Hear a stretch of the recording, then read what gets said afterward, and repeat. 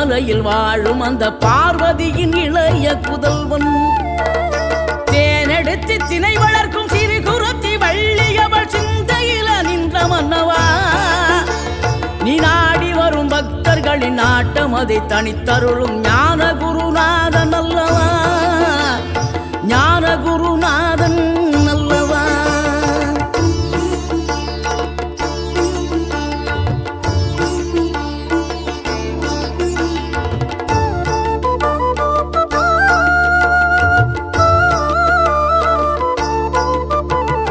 நினைக்கின்ற பொழுதெல்லாம் நிகரில்லா பக்தி ரசம் கொடுக்கின்ற சக்தி வேலம். நீ துதிக்கின்ற கணமெல்லாம் இனிக்கின்ற இதயம் தன்னை அழைக்கின்ற